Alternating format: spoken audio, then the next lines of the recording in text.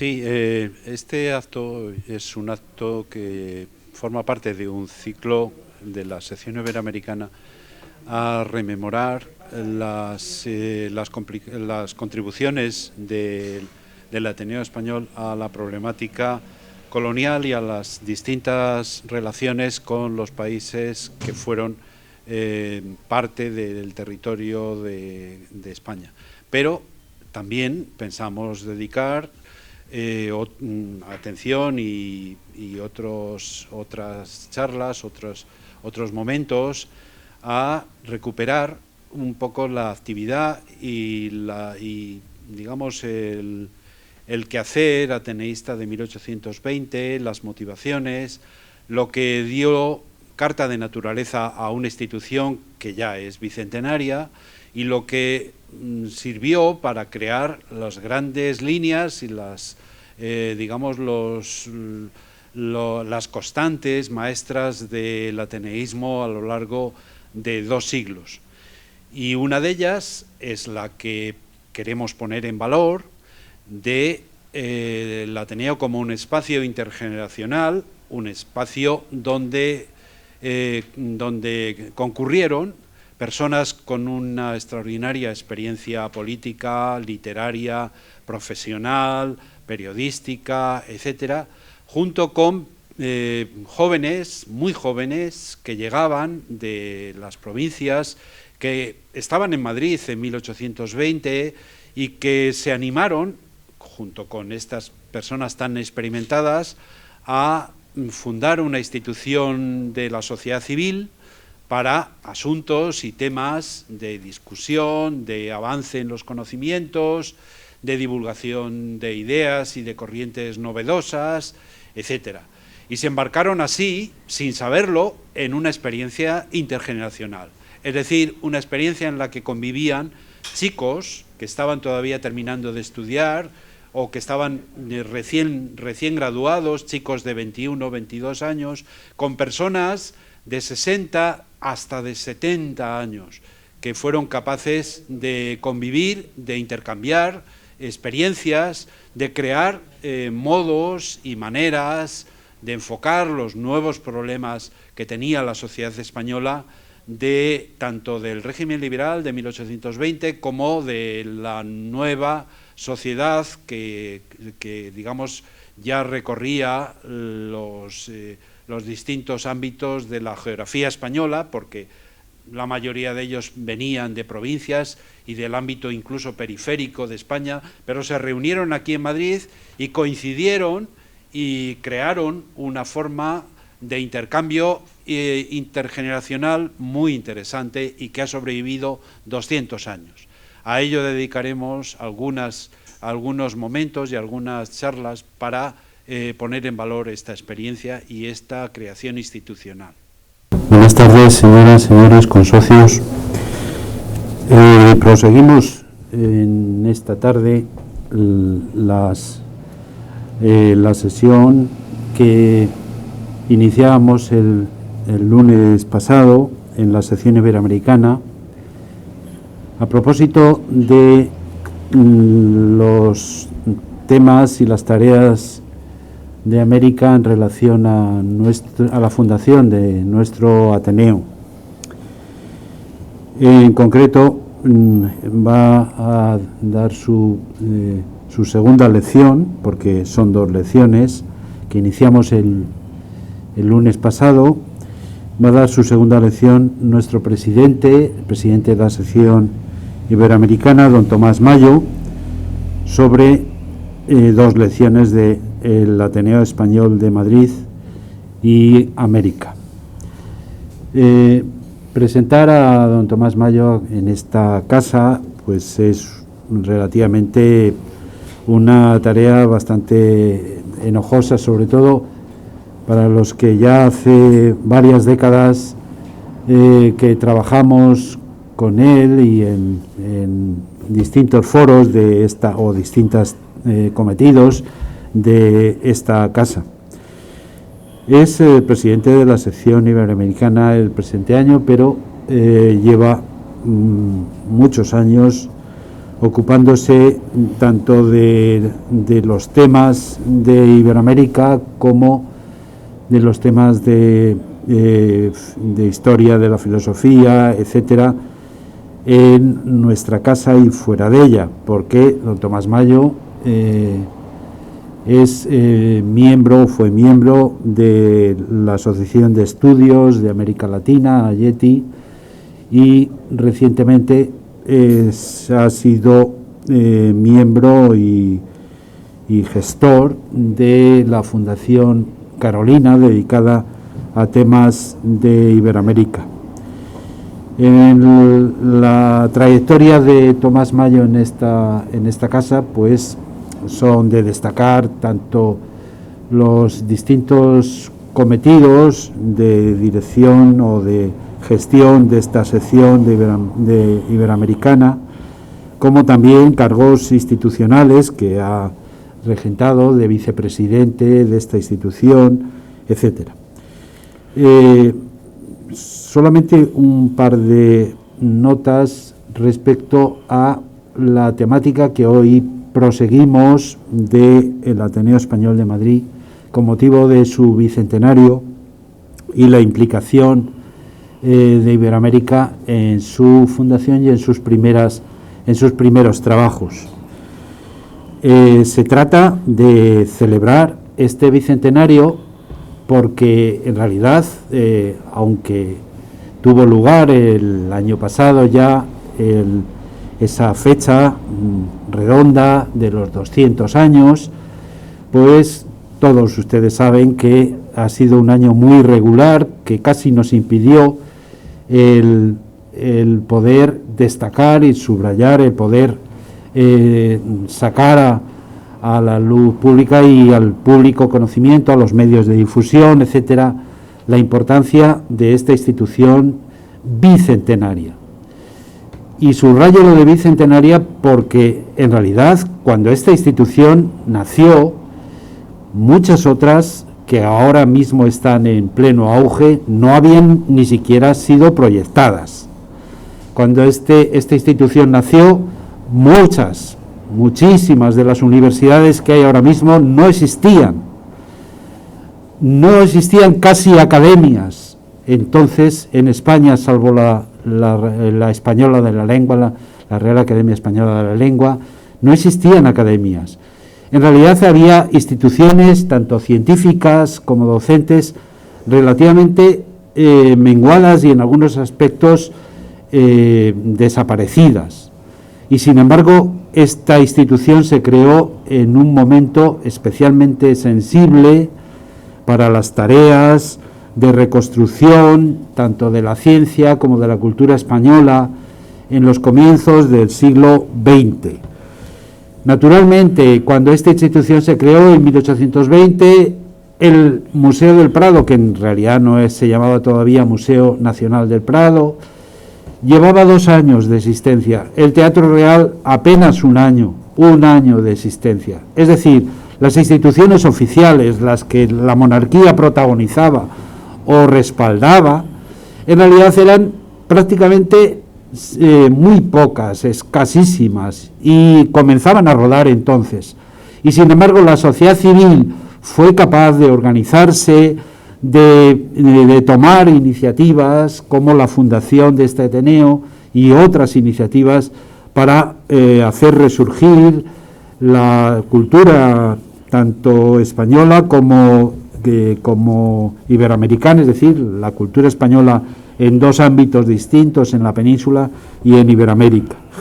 Por lo tanto, nos acercamos hoy, lo mismo que tuvimos ocasión el día pasado, de iniciar ya estas lecciones, a 2 momentos, o mejor dicho, a un momento especialmente sensible de la cultura española con la fundación del Ateneo de Madrid, pero también a un momento especialmente relevante para América, como fue el momento en el que estaban empeñadas las independencias iberoamericanas respecto de España. Bien, y sin más preámbulos, pues doy la palabra a don Tomás Mayo para su disertación. Gracias, Alejandro. Gracias a todos ustedes por acompañarnos. Decíamos ayer, el lunes pasado, que en el Ateneo Español de Madrid se trató con mucha asistencia sobre la situación de nuestras colonias en América, hasta el punto que se estaba elaborando un dictamen sobre el asunto. Además, hemos procedido a indagar en las biografías de los ateneístas buscando los vínculos con América. Y ese es el tema de hoy. Así pues, vamos a empezar con esa lista de ateneístas con sólidos vínculos americanistas. El primero es Antonio Alcalá Galiano, que en sus memorias afirma que, nombrado secretario de la Embajada Española en Suecia, partió en 1813 hacia su destino, dándose de alta días antes en la sociedad secreta. En Gotemburgo tuvo noticia de los sucesos acaecidos en España en 1814, la abolición de la Constitución y el comienzo de la tiranía de Fernando VII. En 1815 vuelve a Cádiz y comienza a conspirar. Participa en los rituales de las logias y mantiene relaciones con americanos independentistas. Dice Alcalá Galiano al respecto: tenía particular trato con algunos americanos que, por ser adictos a la causa de su patria, sublevada a la sazón contra la tiranía del rey de España y sustentando las doctrinas y el interés del gobierno popular, me eran en grado sumo agradables, habiendo yo sido además desde mucho antes, en lo relativo a los negocios de América, de muy otro modo de pensar que los constitucionales españoles, inclinados a usar con los de ultramar de la fuerza, no con mucha justicia en mi sentir, y según debía pensar toda persona juiciosa y no alucinada con escasa esperanza de futuro triunfo. En una intervención en la Sociedad Patriótica de Cádiz, dice Alcalá Galiano: por mi desdicha, el asunto de que traté fue el estado de la América antes española, y abogué por el reconocimiento de su independencia, de que en mi sentir debían resultar a Cádiz mismo algunas ventajas, visto que la reconquista de aquellas lejanas y vastas regiones era imposible, y, acalorándome, pinté con fuerza el nada favorable aspecto con que eran mirados por los americanos los soldados españoles enviados a sujetarlos. Estas ideas no fueron bien recibidas ni por los políticos ni por la población de Cádiz. Los gaditanos, dice Galiano en otro momento, deseaban la reconquista de América, en lo cual tenían razón, mirando solo a su interés, y como la deseaban mucho, la creían posible. Habían aprobado el levantamiento del ejército expedicionario, se refiere a 1820, en gracia de haber sido hecho para restablecer la Constitución, pero con cierto disgusto de que no hubiese ido a una empresa de que se prometían felices resultados.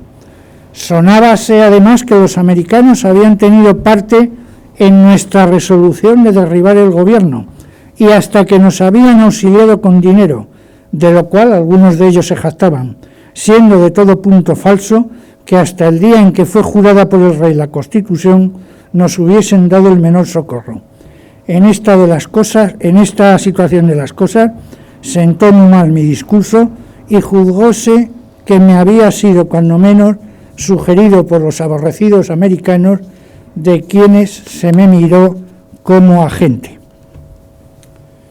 En 1818 Galiano se traslada a Madrid, entra en contacto con su principal amigo, José Joaquín de Mora, otro gran ateneísta, y acepta la secretaría de la Embajada Española en Brasil, y a comienzos de 1819 regresa a Cádiz, donde se está concentrando un ejército al mando del conde de la Bisbal con destino a América. Reanuda sus actividades en la sociedad secreta dirigidas a extender la conspiración, capaz de volver a promulgar la Constitución de 1812.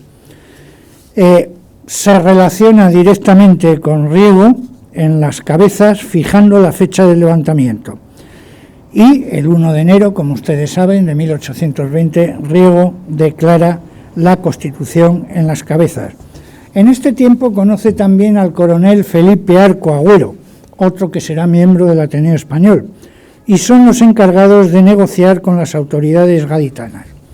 La revolución había triunfado, siendo Alcalá Galiano, al decir de Leopoldo Alas Clarín, uno de los actores principales, el que llevaba la idea.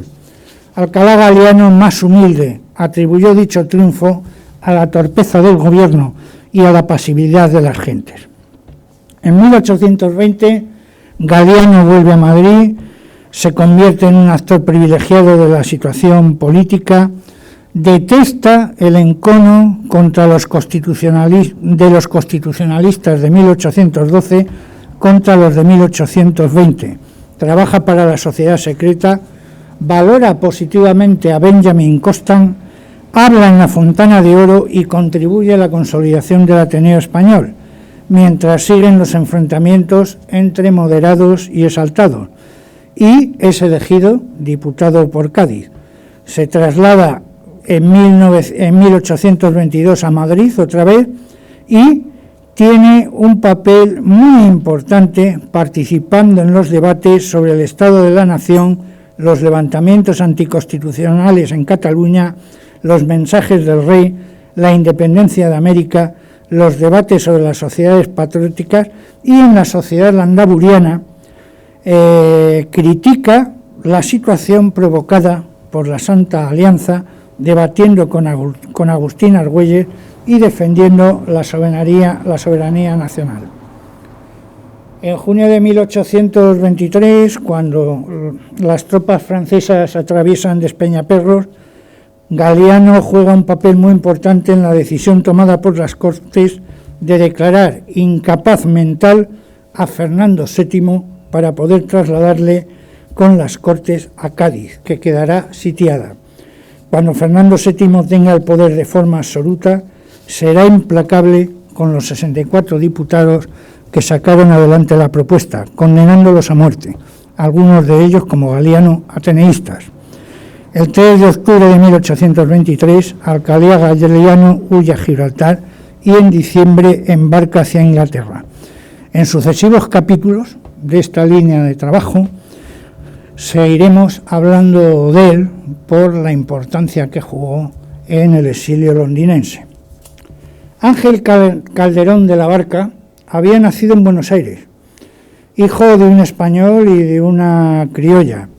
Participó en la Guerra de la Independencia, fue hecho prisionero y fue deportado a Francia. A finales de 1819 se le concede un cargo honorífico como agregado de la Secretaría de Estado, comenzando su carrera de diplomático.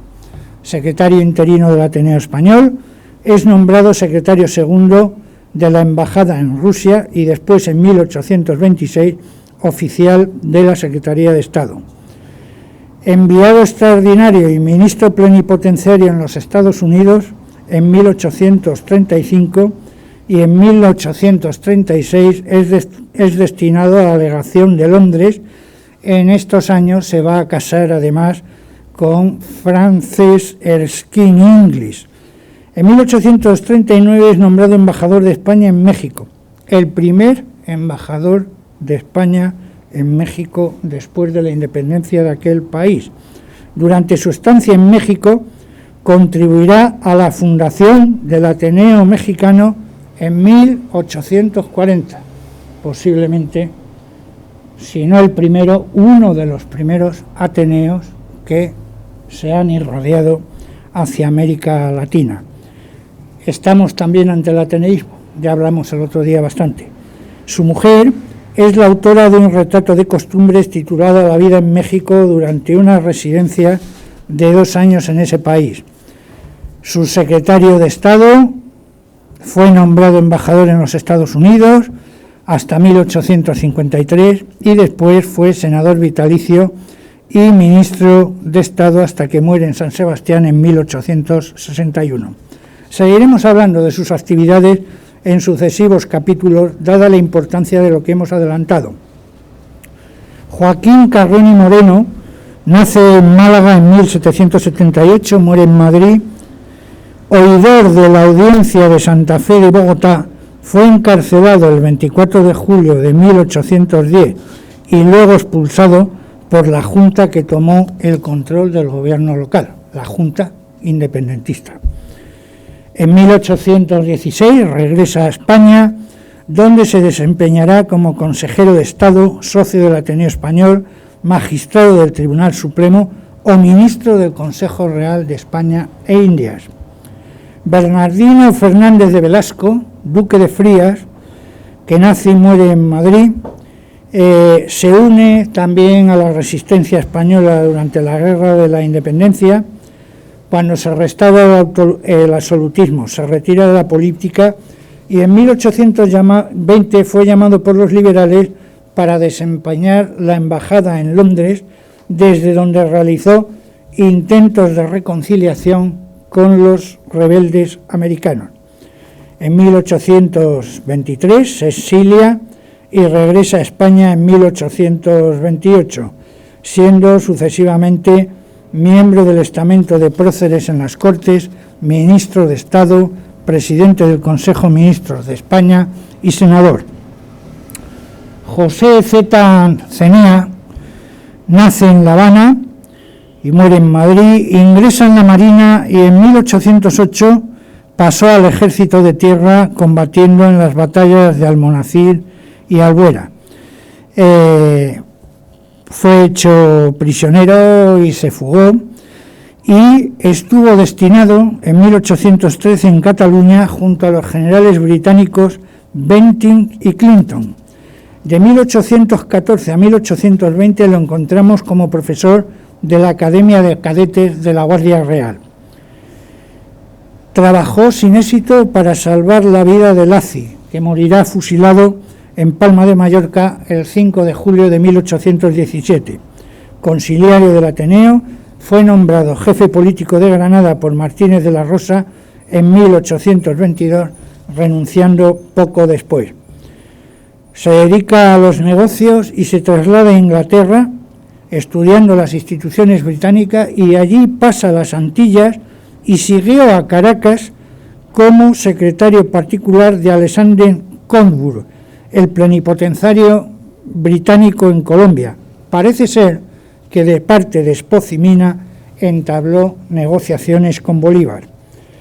Habiendo sido nombrado el citado Bentinck gobernador de la India, Ezeta viajó allí como su secretario en 1829, dedicándose a distintos negocios, y a la vuelta, no voy a entrar en eso, pero hace un viaje apasionante por todo Oriente Medio, hasta que llega a Madrid en 1838, donde sigue interviniendo en asuntos políticos y empresariales.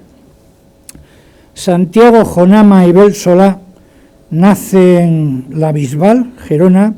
Es autor de un ensayo sobre la distinción de los sinónimos de la lengua castellana y su defensa. Durante los años 1808 y 1809 fue ministro de la Real Hacienda de Filipinas y dirigió desde Manila 2 memorias a la Junta Central.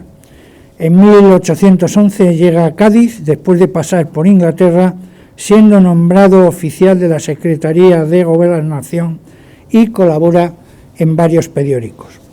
Al acabar la Guerra de la Independencia, desempeñó el Consulado General de Ámsterdam hasta 1820. En 1817 envía un informe sobre el comercio español en América al secretario de Estado José García de León y Pizarro, encargado de llevar a cabo negociaciones diplomáticas que fracasaron para intentar evitar la emancipación de las colonias españolas de América. Jonama, además, aceptó formar parte de una comisión pacificadora que acompañaría al ejército de la expedición a ultramar, el mismo que se levantó al mando de Riego en 1820.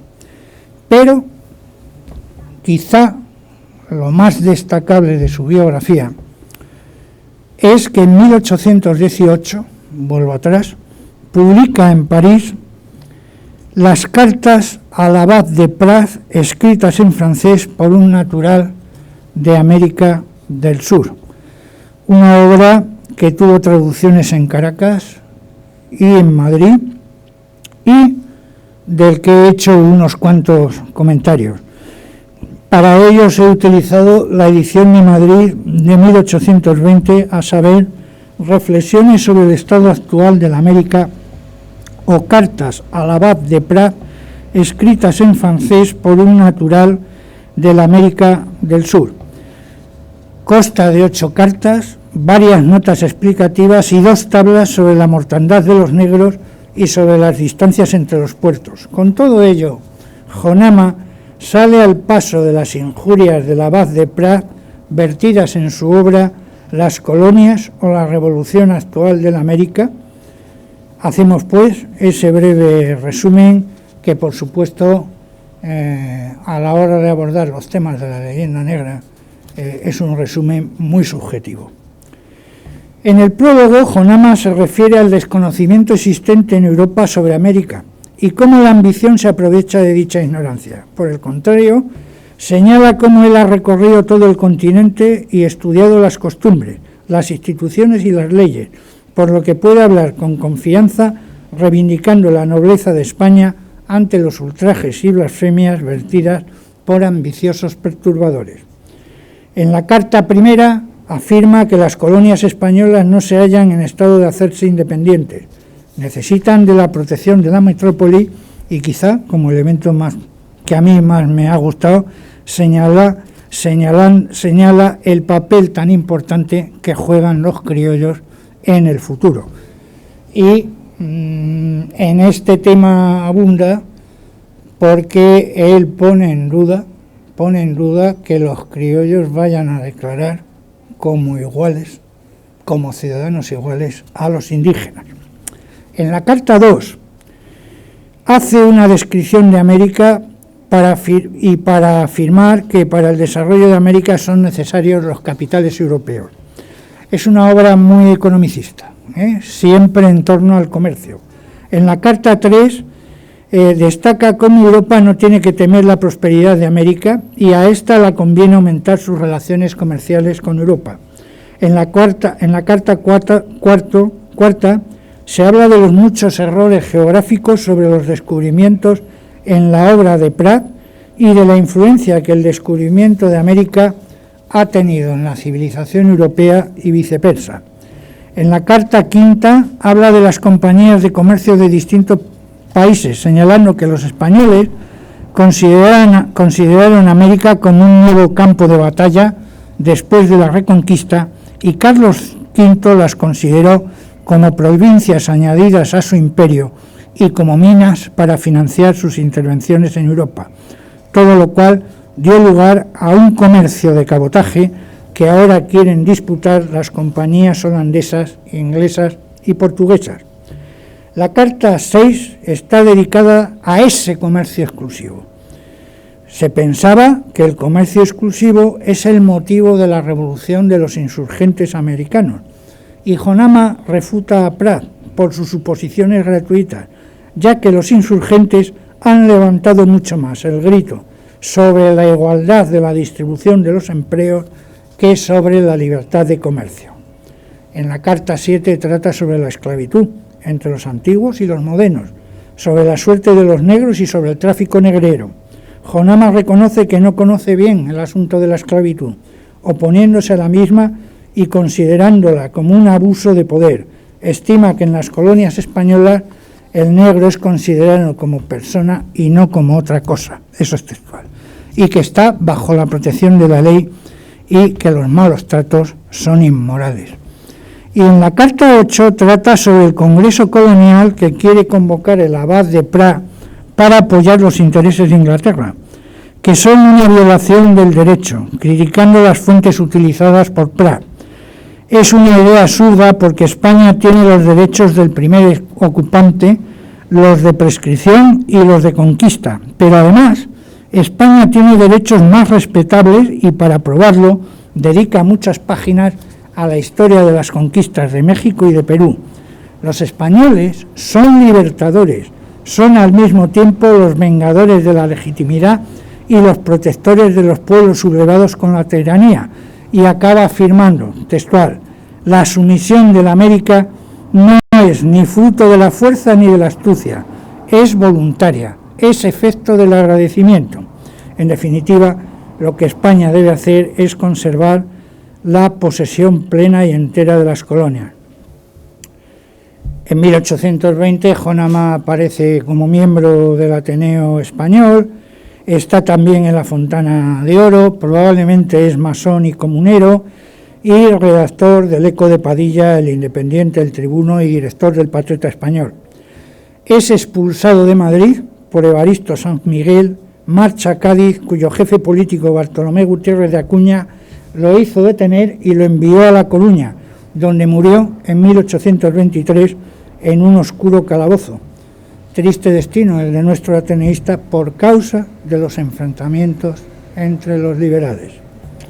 Saturnino Montojo y Díaz nace en el Ferrol, ingresa en la Academia de Guardiamarinas y amplía sus estudios en la Academia del Palacio Real. Ocupó la cátedra de Física en el Ateneo Español y en 1821 forma parte de la Comisión para la formación de la Carta Geográfica de España, un proyecto impresionante de la ciencia española.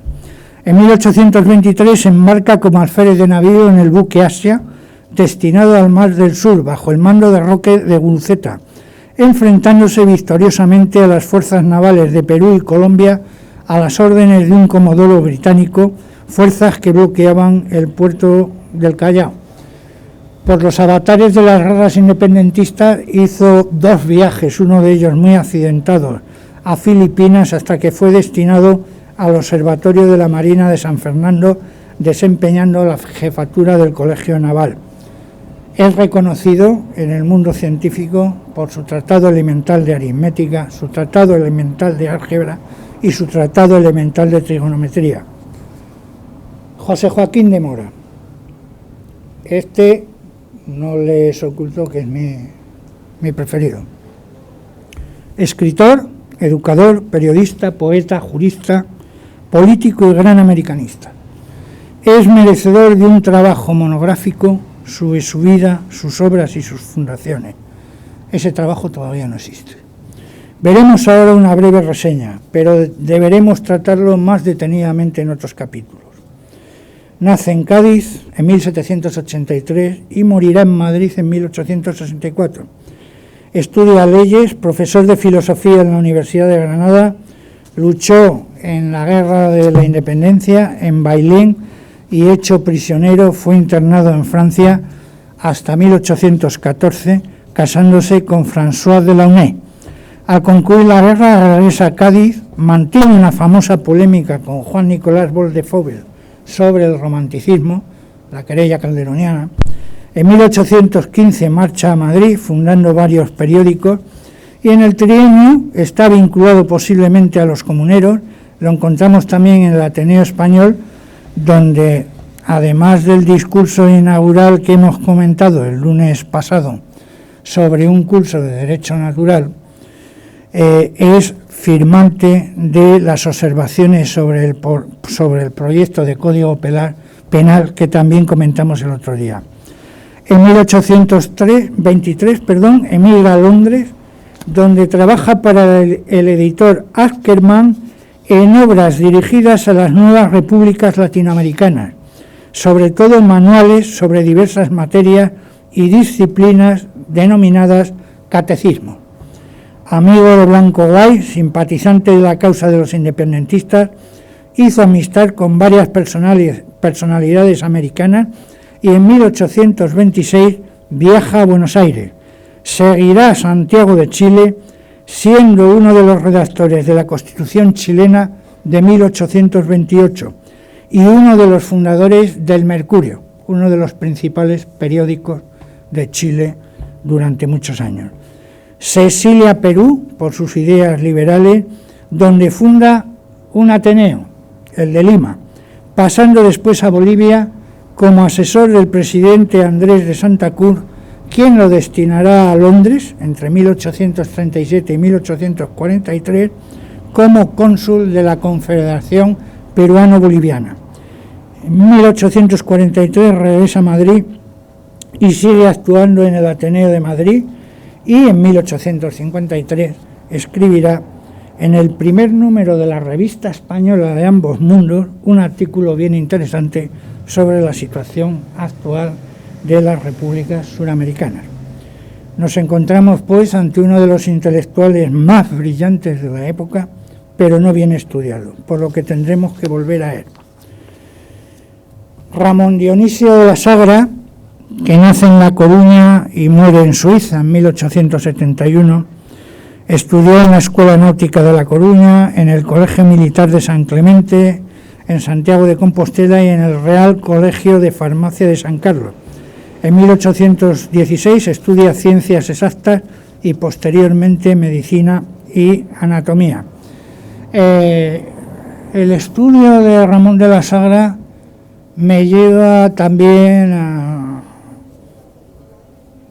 a un libro, un texto que he leído con mucho cariño. No me puedo detener ahora, pero es una tesis doctoral que sobre Ramón de la Sagra y su obra de reformas sociales fue escrita por Manuel Núñez de Arenas y de las Cosuras, en un tribunal en el que estaban, Manuel Bartolomé Cosío, Ortega Gasset, Julián Besteiro y Manuel García Morente, en la Universidad Central en 1915, estamos hablando. Es un texto maravilloso, lo deberíamos de tener por ahí en algún frontispicio.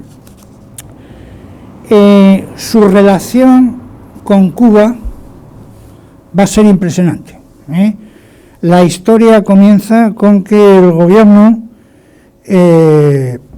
da una licencia para el libre cultivo del tabaco en Cuba y la Sagra está ya en ese primer proyecto.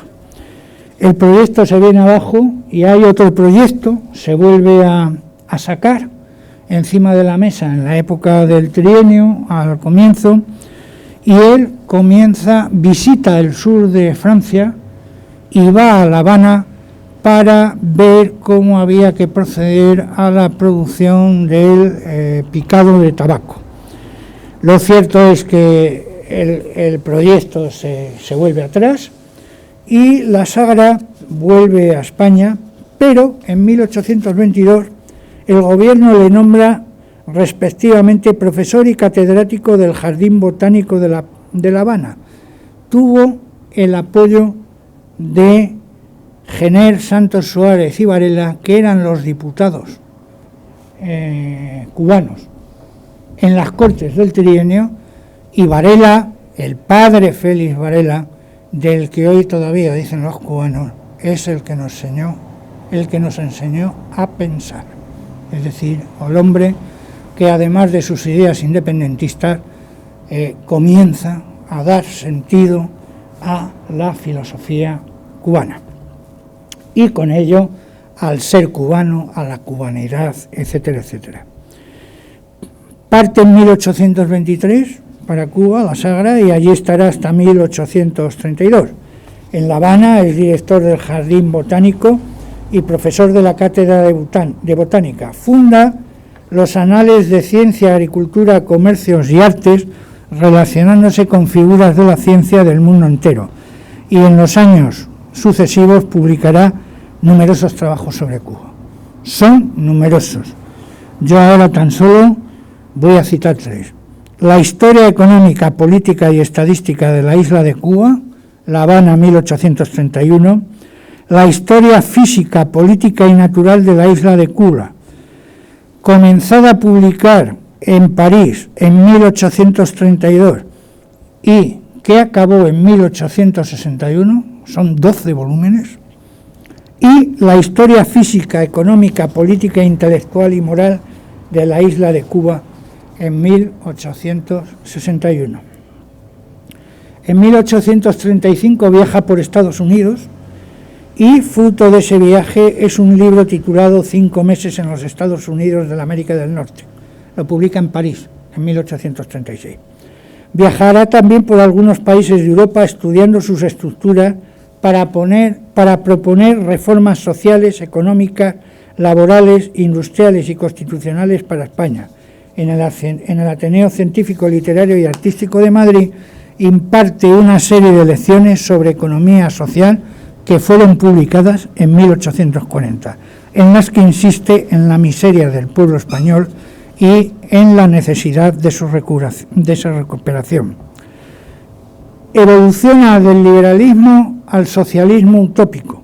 Colabora en París con Proudhon y conoce a Arendt y también a Marx y a Engels.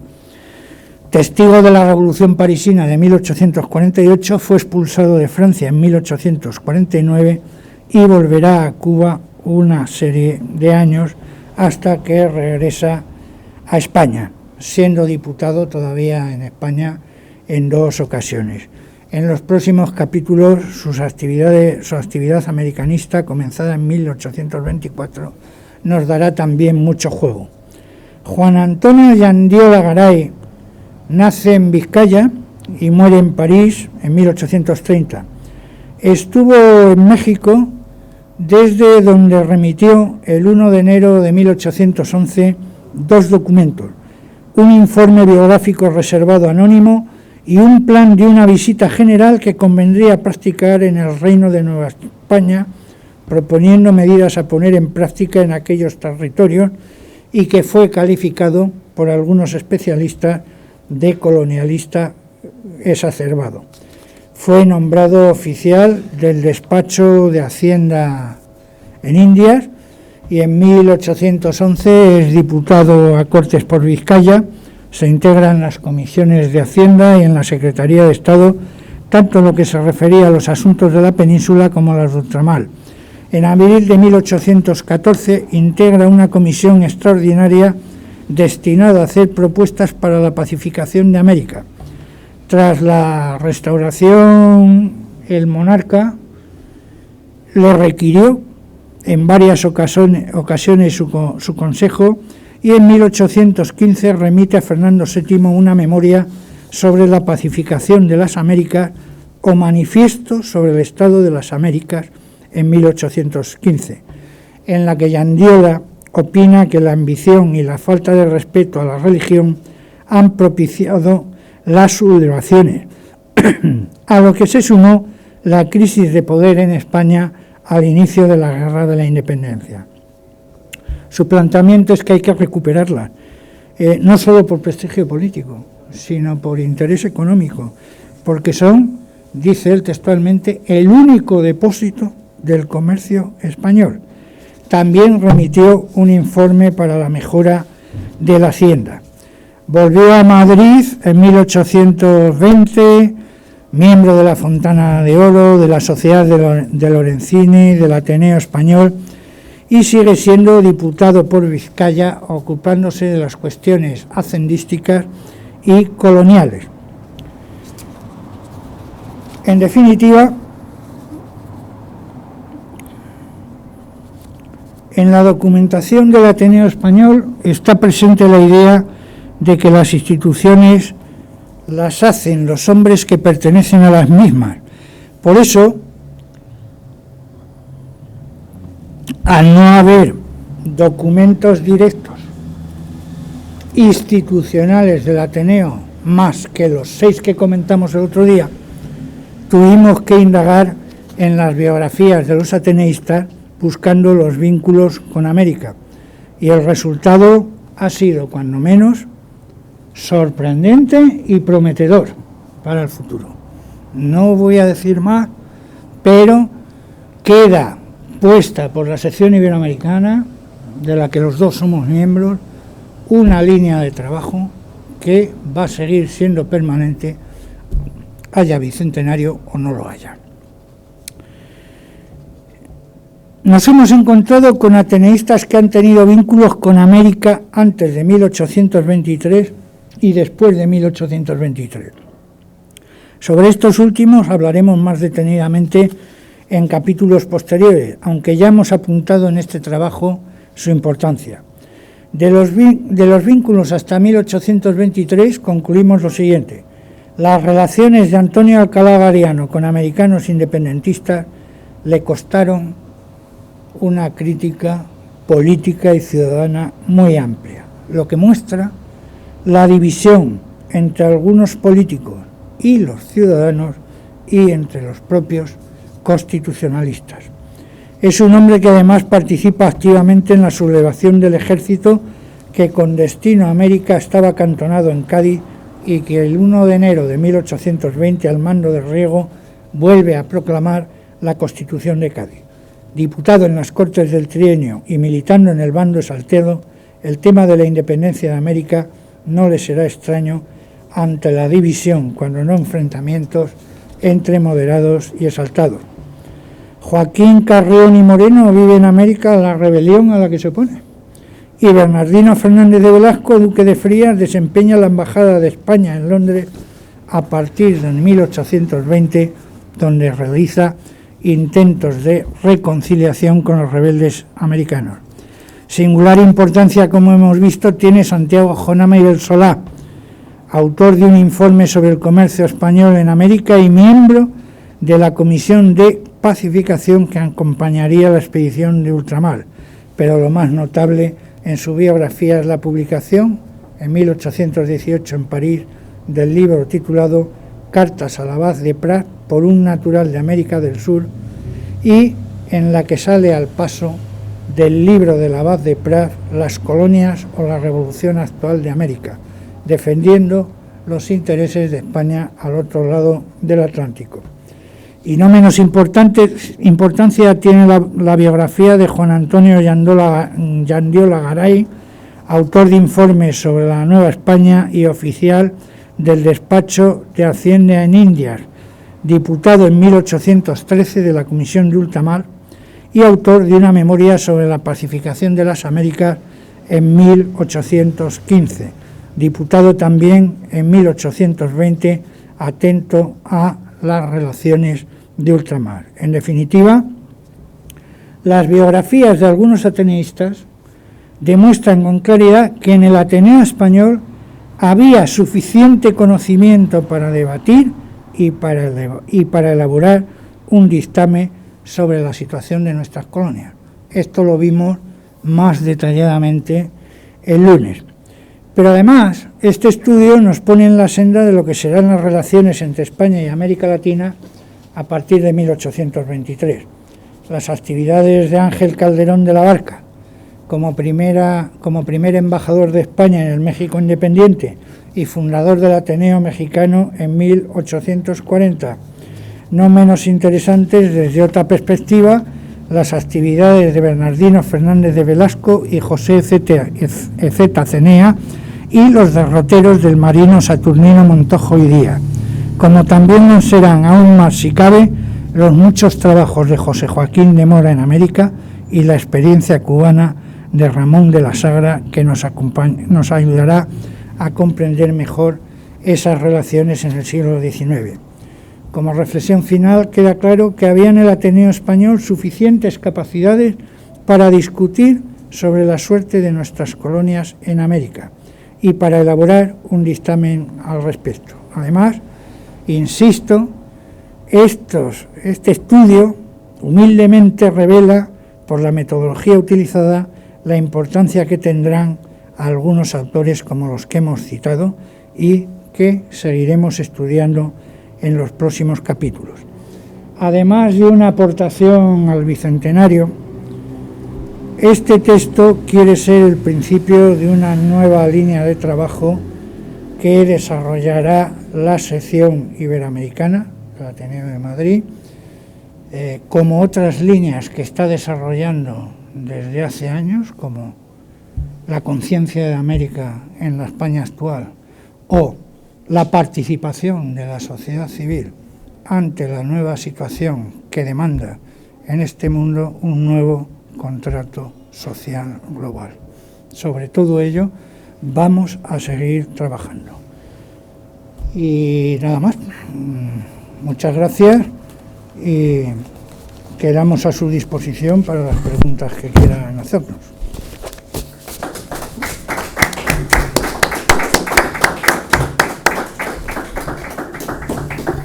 muchas gracias a don Tomás Mayo por presentarnos esta temática que hay que subrayar que solo es una de las varias temáticas y de las varias líneas de actividades que desarrolló el Ateneo de 1820. Hay otras muchas que no están todavía, desgraciadamente, encima del tapete. No están encima de la mesa esas líneas, por ejemplo, la educación, por ejemplo, las contribuciones jurídicas en el ámbito de la legislación, por ejemplo, las contribuciones del Ateneo en el ámbito literario, en el ámbito filosófico, por ejemplo, las contribuciones del Ateneo en los primeros escarceos musicales del romanticismo en Madrid, etcétera. Es decir, un ramillete de temáticas que el propio Ateneo dio carta de naturaleza en 1820 con su fundación y con sus primeras actividades. Desgraciadamente este Ateneo, que tenía su sede aquí muy cerca, en la calle Huertas número 23, la Casa de los 5 Gremios, se llamaba entonces. Desgraciadamente ese Ateneo pasó sin pena ni gloria. Desgraciadamente los literatos, los intelectuales, lo desconocieron durante mucho tiempo. Desgraciadamente en las historias de Madrid solo aparecen algunas instituciones madrileñas, eso sí, gloriosas, como la Sociedad Económica, como el Jardín Botánico, como, en fin, como algunas de las instituciones bien conocidas, del Prado, del Museo de Ciencias Naturales, pero efectivamente el Ateneo ha quedado como una especie de, en fin, de entelequia, y sin embargo es una institución que está todavía en pie, esperemos que por muchos años, es una esperanza, pero es una institución que ha sobrevivido 200 años y puso encima de la mesa estas temáticas como la que hoy ha traído Tomás, la temática hispanoamericana, la temática iberoamericana, es decir, la implicación de España en un proceso de experiencias territoriales y de identidad nacional a su pesar, pero efectivamente discutidas aquí en este Ateneo en 1820-21 y en 1821-22. Pero como en realidad este es el tiempo de ustedes, pues efectivamente se trata de pasar a un coloquio de preguntas, de comentarios o de, en fin, o de alusiones o reflexiones que ustedes tengan por convenientes, siempre y cuando tengan también muy claro que deben ser concisos y precisos para que se desarrolle de una manera fluida este tiempo de coloquio, que es un tiempo en el que siempre terminan los actos en nuestro Ateneo, salvo los conciertos de música o salvo actos de ese tipo. Los demás actos siempre acaban con eso, con una participación de las personas que se supone que tienen el interés suficiente o la motivación para el tema o las temáticas que se les han presentado. ¿Quiénes quieren intervenir o quién desea hacer alguna pregunta? Sí. Sí, primero, quizás, no sé si ha sido un equívoco por tu parte, querido Alejandro, cuando has dicho que el Ateneo estuvo en Huertas 23 o fue Atocha 23. Calle Atocha 23.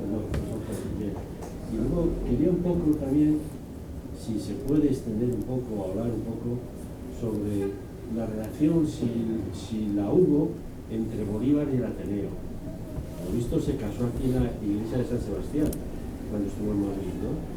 Entonces, un poco por ese lado, si podéis, la figura de Bolívar tenía una relación más o menos con el Ateneo, directo o indirecto. Muchas gracias, Odilo.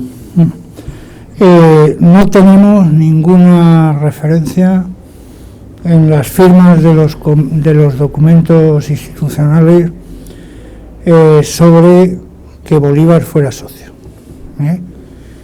Pero eso no quita que Bolívar pudiera asistir en algún momento a las actividades que se desarrollaban en la casa.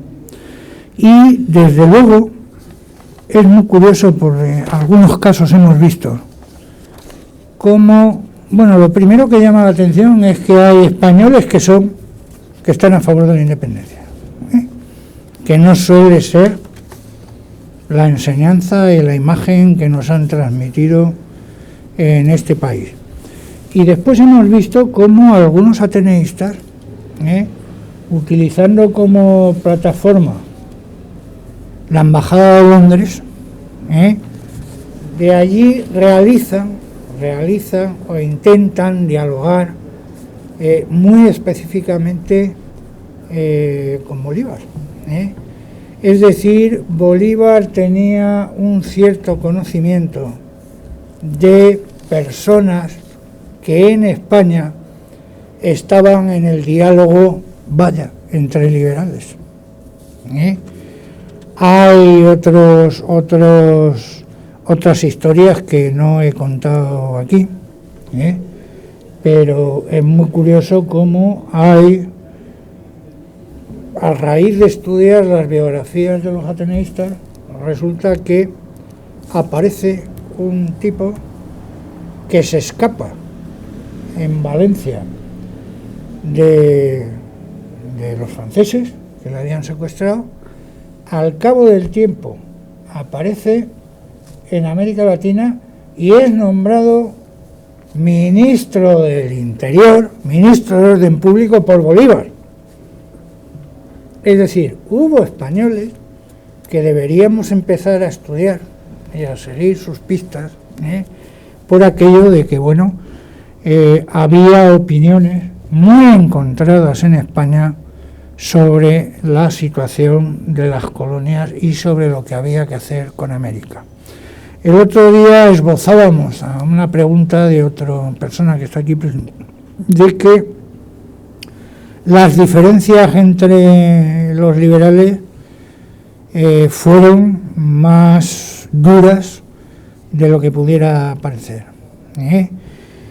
Diferencias entre los constitucionales del 12 y los del 20. Increíble, como Argüelles, que pasa por el gran hombre de la oratoria, y que posiblemente lo era, pero Argüelles es el que manda a Jonama a una cárcel a que se pudra y se muera. Y San Miguel. Bueno, es que, claro, Jonama era de los exaltados, era comunero, no era masón, era comunero. Todas estas diferencias hacían que hubiera en esta época personas con una visión muy distinta de América Latina. Yo muchas veces me he preguntado, digo, ¿y si hubieran triunfado las conversaciones entre liberales españoles y liberales latinoamericanos? ¿Qué hubiera pasado? Es muy interesante también, que es un dato que yo no lo he estudiado porque me queda. Como han visto, hay un centro en Madrid, que son el gremio de los diputados, donde se discutieron muchas cosas. Yo antes de la pandemia estuve ahí en el Congreso y estuve mirando los expedientes, pero en eso llegó la pandemia y bueno, aunque intenté ir, no se podía revisar documentación. Y sí que he estudiado alguna biografía. Por ejemplo, en el trienio hubo proyectos innovadores sobre las relaciones con América, que no se aprobaron nunca, pero ahí estaban. Hay algún artículo estupendo publicado en la revista de India, si alguien lo quiere me lo pide. Es decir, el ambiente no era de esto sí, esto no, ellos son los malos, no son los buenos. Había gente que tenía otra manera de pensar y de conducirse. Y yo creo que en ese sentido, y es muy curioso, como muchos de los casos que estoy comentando, Bolívar está ahí. Luego es muy posible que él tuviera un conocimiento muy grande y bueno de aquellos españoles que posiblemente conocían Madrid y que tenían visiones distintas. Bueno, no era lo general, evidentemente. Ya hemos visto los problemas de Galiano con la sociedad de Cádiz, porque claro, Cádiz, ¿por qué quería otra vez la españolidad de América? Porque le iba toda su economía, porque todos los barcos de América ya no iban a Sevilla, iban a Cádiz. Y durante más de medio siglo, Cádiz se convirtió en una ciudad de lujo, en la representación en España del comercio colonial. Entonces, claro, querían mandar un ejército para reconquistar aquello. Hemos visto también cómo hay una doble visión de cómo en España se entendía que la rebelión en América Latina era por causa del comercio, de ese comercio exclusivo y de cabotaje, es decir, por motivaciones fundamentalmente económicas, pero también hay la idea de que los españoles, los gobernadores españoles, cubrían todos los empleos públicos con naturales venidos de España, no dando entrada en el sistema a los criollos. ¿Que cuál predominó de las dos razones? Bueno, pues hay unos historiadores que dicen una y hay otros que dicen otra, pero posiblemente son causas las dos. Es decir, ni los latinoamericanos tenían ganancias consideradas suficientes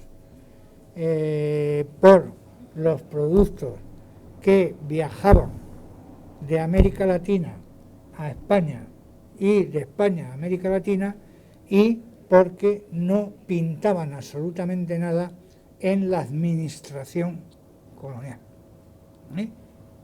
Posiblemente fueron las dos razones. Bueno, yo creo que todas esas cosas podían haberlo debatido liberales de aquí y de allá.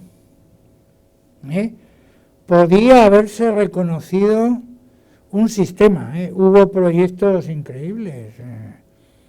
Algún ateneísta estuvo implicado. Hubo un proyecto para construir o para constituir una confederación de reinos hispánicos que no llegó a ningún lado, porque esa es otra historia. Ellos se sentían republicanos. ¿Por qué? Porque la herencia que tenían era la Ilustración francesa y era la independencia norteamericana. No todos, que no todos, algunos, no todos, pero algunos, desde luego, en América Latina lo tenían claro. Después es muy curioso observar cómo se mueven los diputados americanos, los del 12, los del 12 y los del trienio liberal. Yo los del 12, bueno, ya no me acuerdo de las obras de Chuscadero y de... Sí, de Mejía. Sí, ya no me acuerdo, Mejía la Querica y tal, vale. Pero en 1820, algunos diputados que llegan y además vienen de La Habana, no era como en el 12 que muchos estaban viviendo aquí ya. Acaban marchándose de aquí en el 23, lógicamente, porque se cierra el trienio, pero se marchan defendiendo la independencia. Es decir, ¿qué pasó aquí? ¿Qué pasó en esas cortes del trienio tan liberales, con radicales? Esta es una sensación que ha sido muy frecuente en la historia de España y en el Ateneo de Madrid.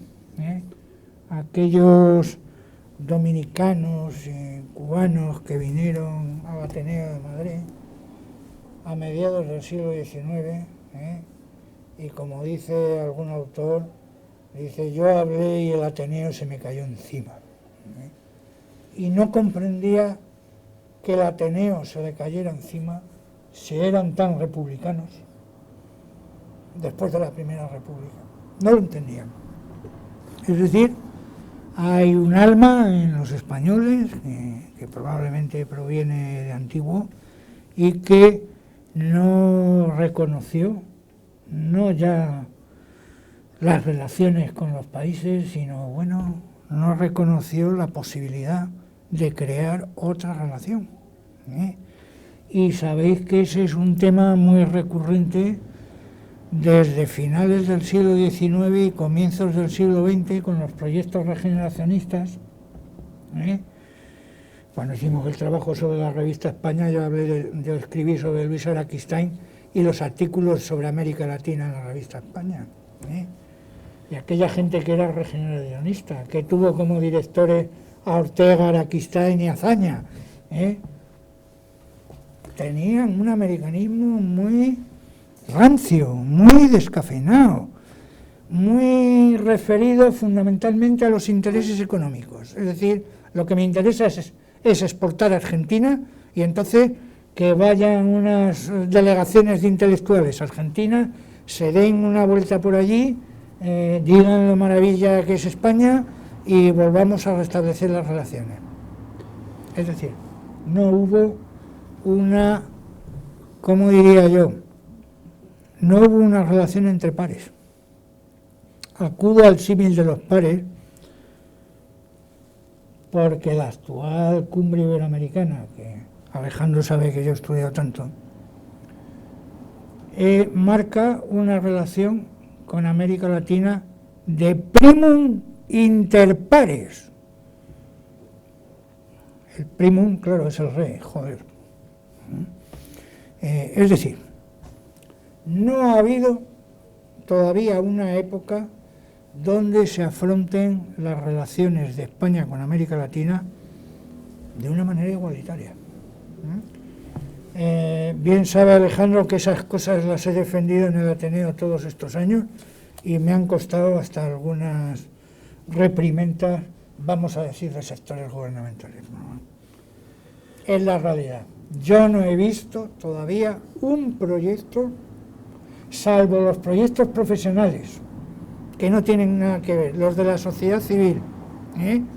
Yo que he trabajado en las ONGs durante 20 años, conozco perfectamente lo que es trabajar en América Latina en igualdad de condiciones, como compañeros, como amigos, etcétera, etcétera. Pero en lo que es la estructura política ha habido muy poca empatía, y la sigue habiendo. No tenéis más que ver las referencias de la prensa sobre América Latina y son referencias canallas. Es decir, parece que en América Latina todos están muertos de hambre, parece que en América Latina no hay más que catástrofes, parece que... En cambio, qué difícil encontrar es un buen trabajo sobre filósofos latinoamericanos. Joder, que por la sección iberoamericana del Ateneo ha pasado Leopoldo Cea y Paulo Freire. Aquí han estado hablando. Y Carlos Pereira. Carlos Pereira.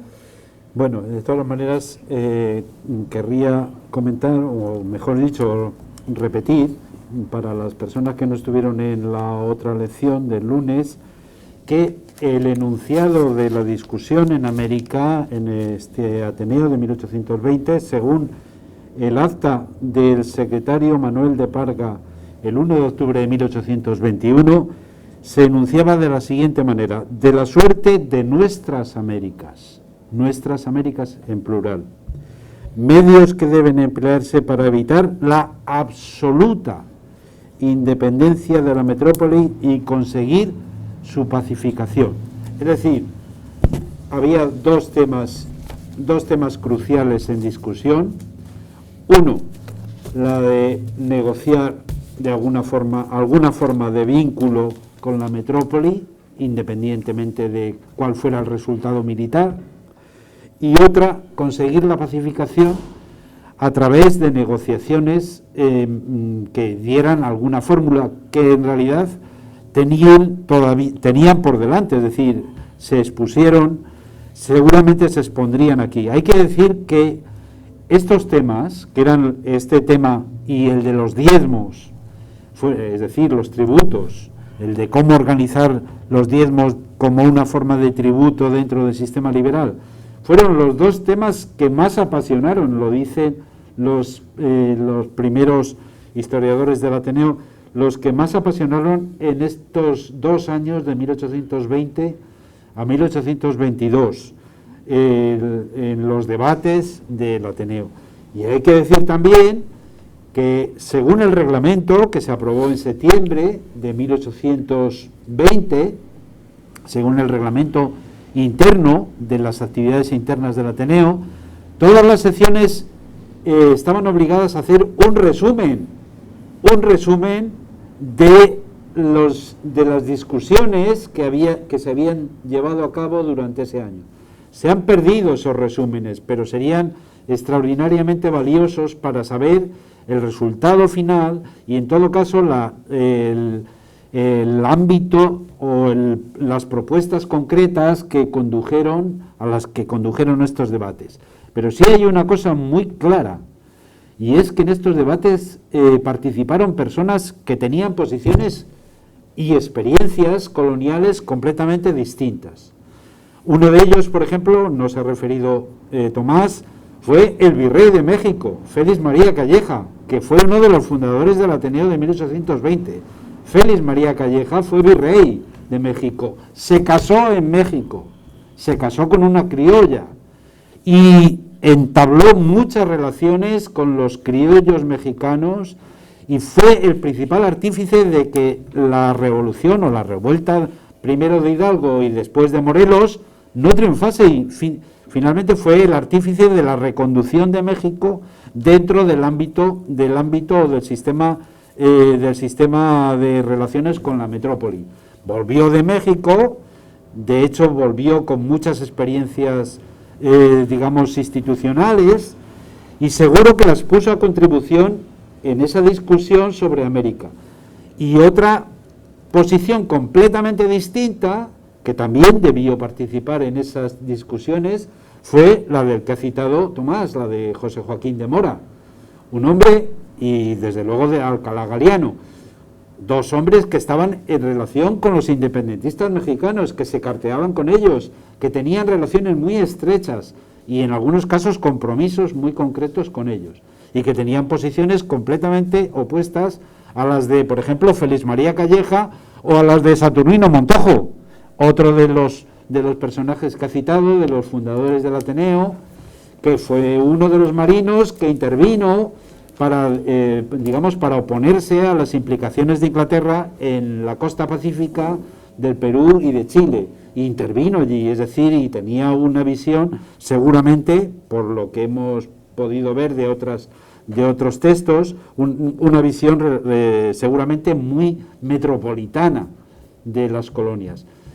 Quiero esto decir que la discusión en el Ateneo de Madrid no era solo entre liberales, ni entre pro-independentistas y pro-metropolitanos, sino una discusión de varias de las posiciones y de matices muy contrastados, con experiencias americanas muy distintas, e incluso en algunos aspectos contrapuestas como estas que he citado, o las de Ángel Carrión, que fue el artífice de la oposición a la revuelta de Bogotá y el jurista que encabezó la resistencia de la metrópoli, de la administración colonial desde Cartagena, en Colombia, y que vino aquí a España, fue rescindido su nombramiento, fue destituido, vino a España y finalmente en 1820 es también otro de los integrantes de este Ateneo, Ángel Carrión.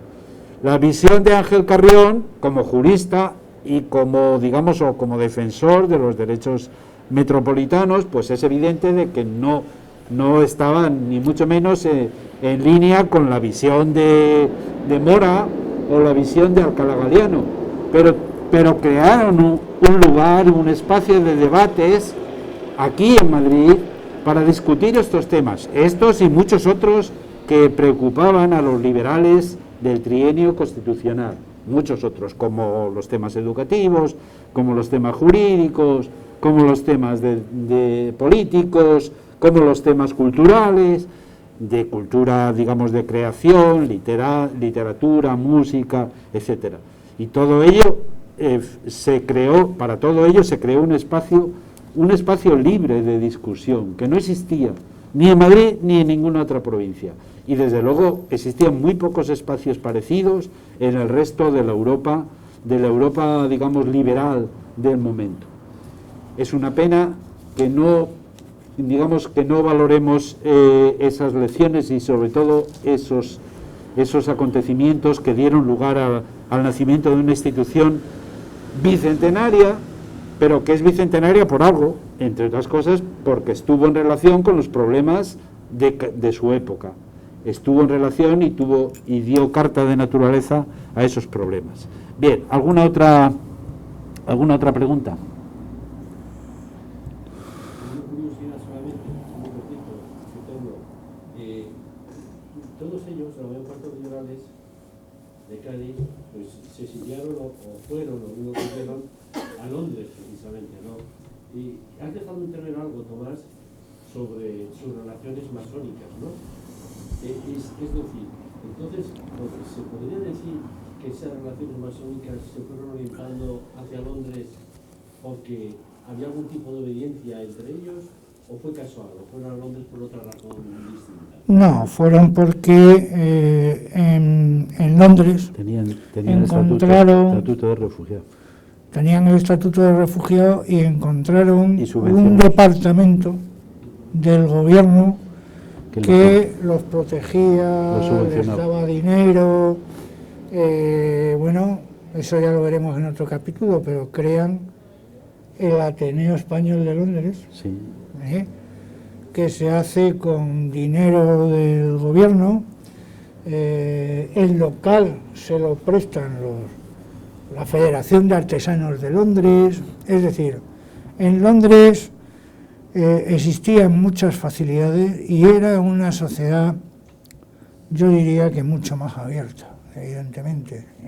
No era así la de París en ese Claro. momento, ni tampoco la de otras metrópolis europeas, otras capitales europeas como Ámsterdam o como las ciudades nórdicas. Desde luego ninguna de las ciudades alemanas tenía ese carácter de estatuto. Un grupo como los Apóstoles de Cambridge, así denominados, que incluso algunos de ellos vienen en las expediciones españolas a combatir el absolutismo. Es decir, y después yo creo que influye mucho esa visión de conocimiento que se había generado aquí en el Ateneo Español. Es decir, allí estaba Consta, estaba Benjamín Costa, estaba este tipo de gente que además eran apasionados amigos de los exiliados españoles. Es decir, yo creo que Londres marcaba el ambiente propicio para no solo vivir, tener en cuenta que no emigraron solo estas personalidades individuales, se llevaban a toda su familia, a sus hijos, es decir, que era un problema de refugio, de vida, y yo creo que allí se daba el ambiente propicio para poder vivir, algunos muy humildemente, la mayoría, pero pudieron vivir, pudieron seguir trabajando y sobre todo tenían la libertad suficiente para seguir conspirando, seguir buscando la formación de expediciones que venían acá. Creo que tan solo una vez el gobierno británico echó una expedición atrás, que fue la de Torrijos, la que después llegó a Almería y se lo cepillaron ahí. Es decir, que yo creo que era el ambiente propicio para poder ir. Ningún otro sitio daba esas ventajas. Hay un índice o un dato que es enormemente revelador. Mientras en Londres se llegaron a publicar 6 periódicos literarios y de información, etcétera, de los españoles, de la emigración española. En Madrid solo existían 2 periódicos y ninguno literario, ni ninguno de ningún tipo. Solo sobrevivieron de la reinstauración de la monarquía absoluta en 1823. Solo sobrevivieron 2 periódicos del trienio, 2, mientras en Londres se publicaron 6 periódicos, a los cuales tenían acceso todas estas personas que tuvieron que emigrar y tuvieron que salir fuera de España para poder continuar sus proyectos de vida, sus promociones personales, su propia cultura, etcétera. Hay que decir que, como ha dicho ahora mismo Tomás, Londres era un centro de relación. Por ejemplo,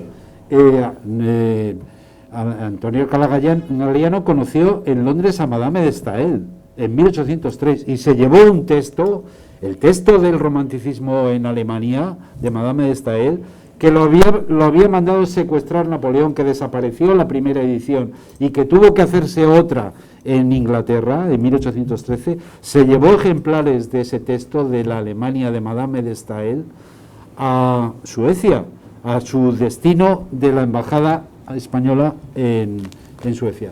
Es decir, las posibilidades de conocer personas, de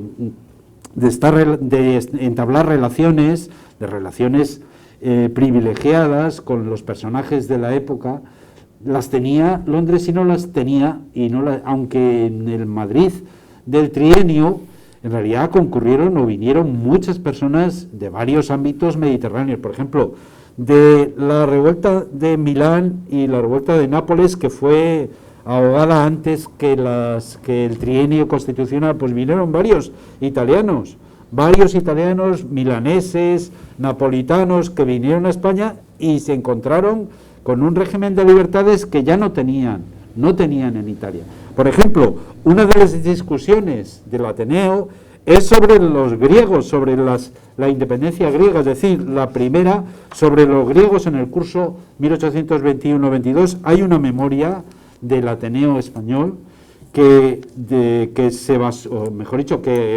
recogió todas las discusiones sobre lo que planteaba la independencia griega para los liberales, en general, para la experiencia liberal, en 1821-22. Es decir, tenían una visión mucho más amplia que la de un simple, digamos, centro madrileñista. Tenían una visión internacional, tenían una óptica y un horizonte tanto de las preocupaciones o de los problemas como de la sintonía con las corrientes de la época, absolutamente europea y absolutamente internacional. Y una muestra son estas preocupaciones americanas, que en realidad eran preocupaciones españolas, porque veían a los hispanoamericanos, a los independentistas, como primos hermanos que efectivamente se llevaban mal o tenían proyectos relativamente discordantes con los proyectos de los propios liberales en España. Es decir, esa dimensión internacional, esa proyección internacional con la cual nació también el Ateneo Español, a pesar de llamarse español, efectivamente no la tenían otras instituciones en Madrid, no la tenían, carecían de lugares similares. Solamente algunas de las tertulias, algunas de las sociedades literarias, la Laurenciana, etcétera, tenían personajes que venían de otro ámbito europeo, refugiados, personas que estaban de paso, extranjeros, etcétera, que no tenían otro sitio donde poder comunicar o contactar y relacionarse. Pero sí lo tenían en el Ateneo, sí lo tenían.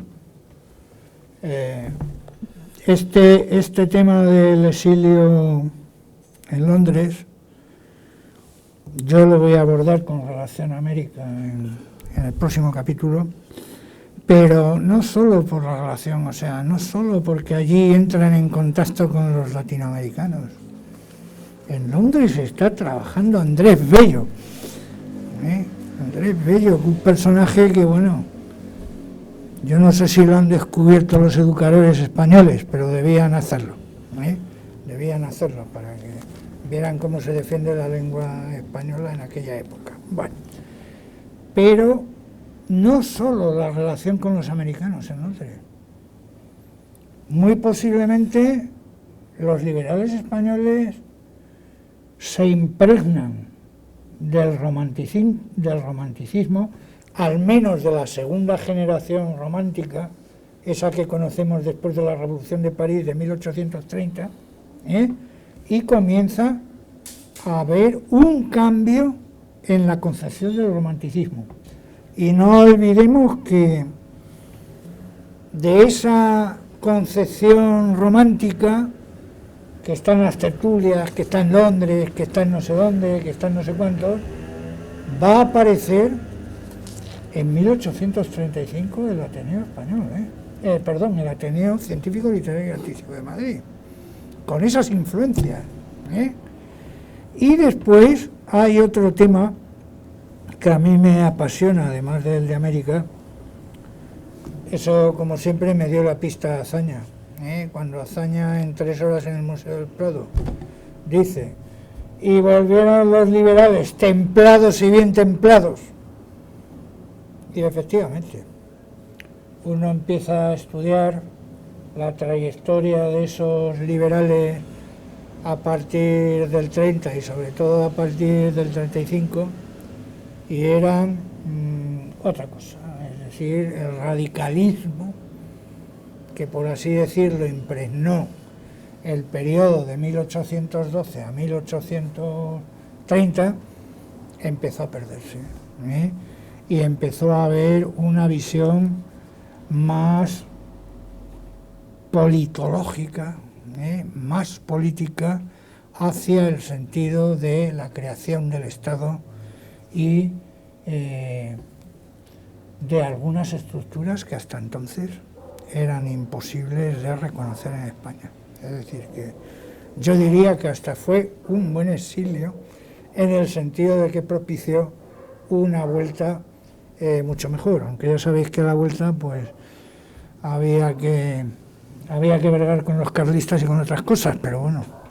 Pero hicieron aquí, en 1820-23, una primera prueba y un primer modelo de lo que sería el Ateneo ya definitivamente en el siglo XIX. Por ejemplo, el tema de la música, que casi era completamente desconocido, sobre él hablaré el día 24. El tema de la música comenzó en el Ateneo Español con las reuniones musicales, las lecciones musicales de Manuel Ledesma, que tenían una triple orientación: exposición, didáctica musical e interpretación, y en la cual participaban las primeras ateneístas femeninas. Aparecieron entonces como intérpretes, como intérpretes musicales, como seguidoras de los conciertos y de las exposiciones musicales de Manuel Ledesma, que era el gran, digamos, animador musical. Pero detrás de él está una mujer, o mejor dicho, al lado de él está una mujer, que era la hija del platero Martínez, Josefa Martínez de Cabrero. Sí, y Josefa Martínez de Cabrero, Josefa Martínez era la mujer del último secretario de este Ateneo de 1820, Pablo Cabrero Cosculluela. Pues la mujer, Josefa Martínez, era la animadora de estas veladas musicales, que además, en las cuales además se implicó su hija, que fue compositora también, una de las primeras compositoras románticas, y algunas intérpretes, por ejemplo Ángeles Novales, Vicenta Michans, etcétera.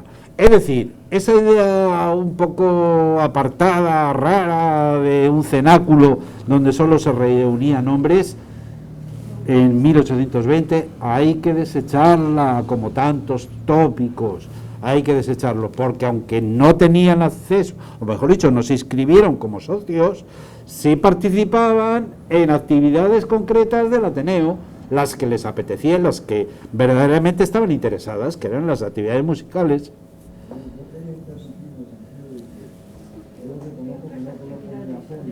Todos a la vez, ¿no? Ahí había 6 secciones de debates y 12 cátedras, 13 cátedras, aparte de los conciertos y las lecciones de música. Y aparte, naturalmente, de las charlas o de actualidad literaria, veladas literarias, que también se hicieron alguna en este Ateneo de 1820. Bueno. Con solo 2 años y medio, porque en realidad la experiencia de este Ateneo llega hasta la primavera de 1823, sí, hasta abril de 1823, en que muchos de los socios tienen que evacuar Madrid o tienen que marchar con el gobierno a Sevilla, debido a la invasión, otra segunda invasión de los franceses, del duque de Angulema, los 100.000 hijos de San Luis, entre abril y agosto de 1823. Van avanzando en España y ya no está segura, ni mucho menos no está asegurada la permanencia y la legalidad de este Ateneo, y tienen que abandonarlo. Muchos de ellos se encaminan hacia Sevilla y después hacia Cádiz, y de Cádiz a la emigración. Pero es un tema que tocaremos en otros días, como este, por ejemplo, del día 24, en el que me ocuparé de estos temas. Bueno, pues... La pregunta era simplemente, ¿eso era en el Ateneo de Atocha o era en la plaza de...? No, esto era ya en el Ateneo de la calle Atocha 23, una casa donde sería responsabilidad nuestra el proponer al ayuntamiento que se colocase una placa que dijese: aquí se fundó el Ateneo Español de 1820, en la Casa de los Gremios, porque al final ahora es el Hotel Cataluña, pero fue la antigua casa de los 5 gremios mayores de Madrid. Bueno, esto de las placas hay que tener mucho cuidado, porque llevamos 8 años pidiendo que pongan la placa a Rafael María de Labra en su casa, y no ha habido manera por una sencilla razón, porque un supermillonario, el dueño de Zara, tiene comprado esa casa y no le sale dejar poner la placa. Pues el Hotel Cataluña no creo que tenga tantos problemas. Sí, a este respecto, al contrario, yo creo que le daría enjundia. Hombre, claro. Que a este respecto, Al contrario, y los catalanes para eso son avispados, Sí. se dan cuenta rápidamente de una nota cultural. Está documentado esa sede. Apareció en un suelto de la Gaceta de Madrid una convocatoria para inscribirse en estas cátedras, en las distintas enseñanzas de estas cátedras. Se cita exactamente esta sede, donde tenían que ir y ponerse a disposición del secretario para inscribirse. Por lo tanto, está documentada que ahí tuvo la sede. Sí. a este respecto, quiero indicar que, aunque el presidente del Ateneo ya lo anunció hace 2 juntas generales, la iniciativa partió de mi persona, y en el ayuntamiento hace ya 3 meses todos los partidos políticos han aprobado la colocación de las 2 placas, una en el 23 de Atocha y otra aquí mismo en ocasión del bicentenario. O sea que el ayuntamiento está aprobado ya. Menos mal. Pues enhorabuena. Enhorabuena. Lo que has dicho, Tomás, sobre Labra, voy a intentar yo también, dentro del ayuntamiento, intentar moverlo para ver si de alguna manera le pueden llamar a colaborar. El ayuntamiento dijo que sí. El que se opuso fue el señor Amancio de Zara. El señor de Zara.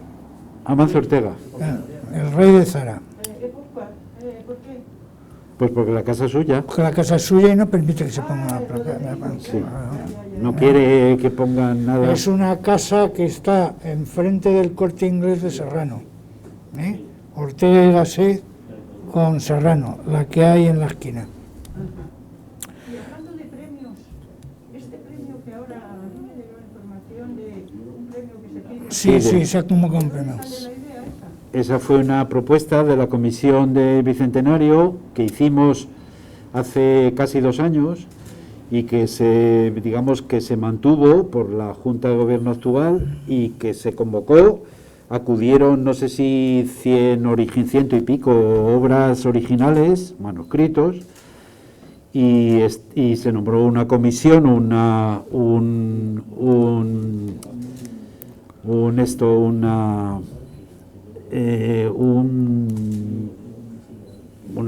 grupo de lectura y de selección, y finalmente una comisión que le eleva su propuesta a la Junta de Gobierno, y la Junta de Gobierno concede o adjudica el premio al ¿qué es? ¿Una contradicción en que se llame Príncipe de Asturias y que el Ateneo sea republicano?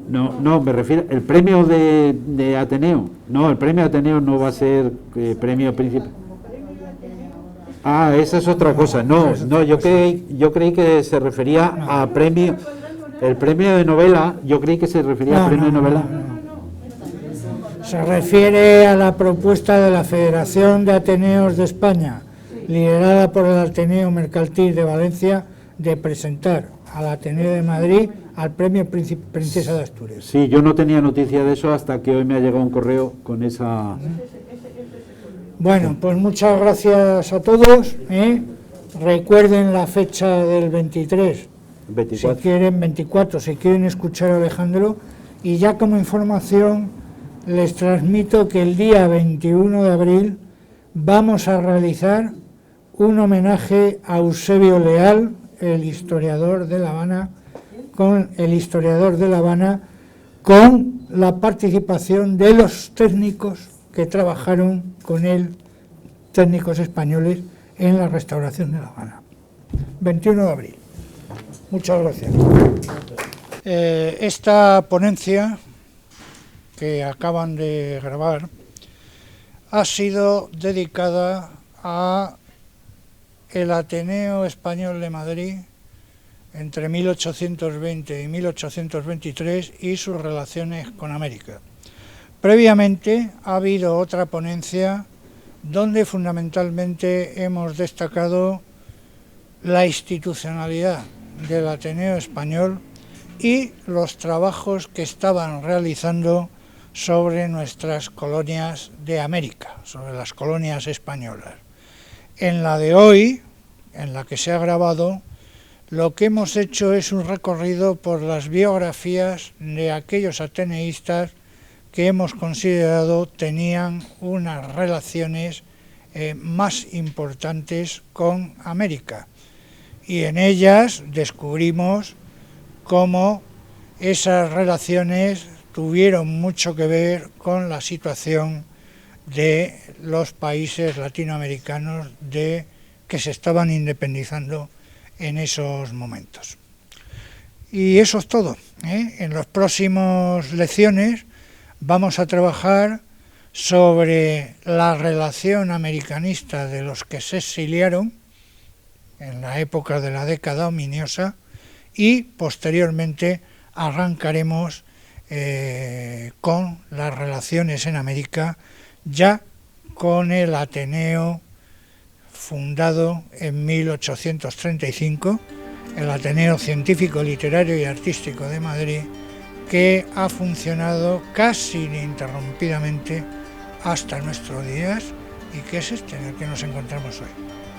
Muchas gracias.